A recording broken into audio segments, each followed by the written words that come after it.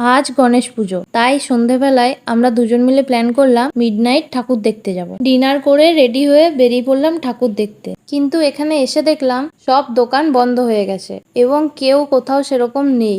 আমরা ছাড়া আর কেউ ঠাকুর দেখতেও আসেনি। পুজোর দিন সবকিছু এত ফাঁকা দেখে বেশ অবাকই লাগলো। ভাবলাম বাকি সব পুজো মণ্ডপেও একই রকম পরিস্থিতি হবে, তাই দূরের ঠাকুর দেখতে যাওয়ার প্ল্যান ক্যান্সেল করলাম। বাড়ির আশেপাশে যেখানে গণেশ পুজো হয় সেই ঠাকুর দেখেই বাড়ি ফিরবো বলে ঠিক করলাম। প্রথমেই চলে এলাম ডিএনএ। ওখানে দুটো ঠাকুর দেখে বেশ কিছু ছবি তুলে চলে এলাম এই লোকেশনে। গণেশ পুজো উপলক্ষে এখানে খিচুড়ি খাওয়ানো হচ্ছিল, তাই আমরাও প্রসাদ খেয়ে নিলাম। এর মাঝেই দেখা হয়ে গেল এর সাথে। ওখান থেকে বেরিয়ে দুর্গাপুর বাস স্ট্যান্ড হয়ে বাড়ি ফেরার সময় দেখলাম জয় বাংলায় গরম গরম রসগোল্লা তৈরি হচ্ছে। গরম রসগোল্লা দেখে লোভ সামলাতে না পেরে দুজন মিলে দাঁড়িয়ে দুটো করে রসগোল্লা খেয়ে নিলাম। যাই হোক, আমি এখন ধীরে সুস্থে খেয়ে নিই। তোমাদের সাথে দেখা হবে আবার।